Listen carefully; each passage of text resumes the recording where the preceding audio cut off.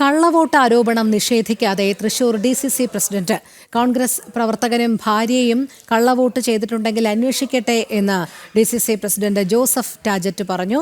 തൃശൂർ വടക്കഞ്ചേരി കുറ്റൂർ സ്വദേശി അഭിജിത്ത്, ഭാര്യ അമ്പിളിയുമാണ് വ്യാജരേഖ ചമച്ച് കള്ളവോട്ട് ചെയ്തതായി പരാതി ഉയർന്നത്. കഴിഞ്ഞ ദിവസം ജനം TVയാണ് ഈ വാർത്ത പുറത്തുവിട്ടത്.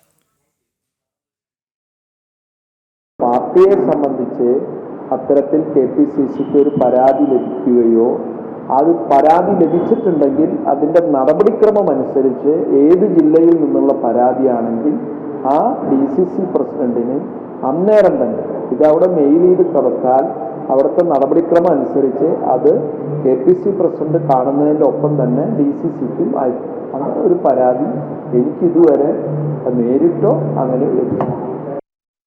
ഈ വാർത്തയുടെ കൂടുതൽ വിവരങ്ങളുമായി അരുൺ ആലത്തൂർ ചേരുന്നു. അരുൺ, കള്ളവോട്ട് ആരോപണം നിഷേധിക്കാതെ തൃശൂർ DCC പ്രസിഡന്റ് എന്താണ് വ്യക്തമാക്കുന്നത്?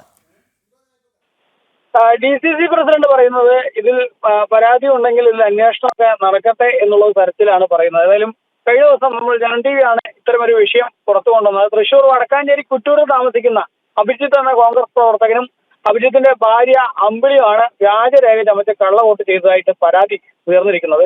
ഈ കോൺഗ്രസ് നേതാവിന്റെ ഒരു വീട്ടു നമ്പറില്, തൃശൂർ നഗരത്തിലെ ഒരു കോൺഗ്രസ് നേതാവിന്റെ വീട്ടു നമ്പറിലാണ് ഇവരുടെ വോട്ട് ചേർത്തിരിക്കുന്നത്. വോട്ട് ചേർത്തതും ചെയ്യിപ്പിച്ചതൊക്കെ ഈ കോൺഗ്രസിന്റെ ബൂത്ത് ഏജന്റായ മിഥുനാണ് എന്നുള്ളതാണ് പരാതിയായിട്ട് ഉയർന്നിരിക്കുന്നത്.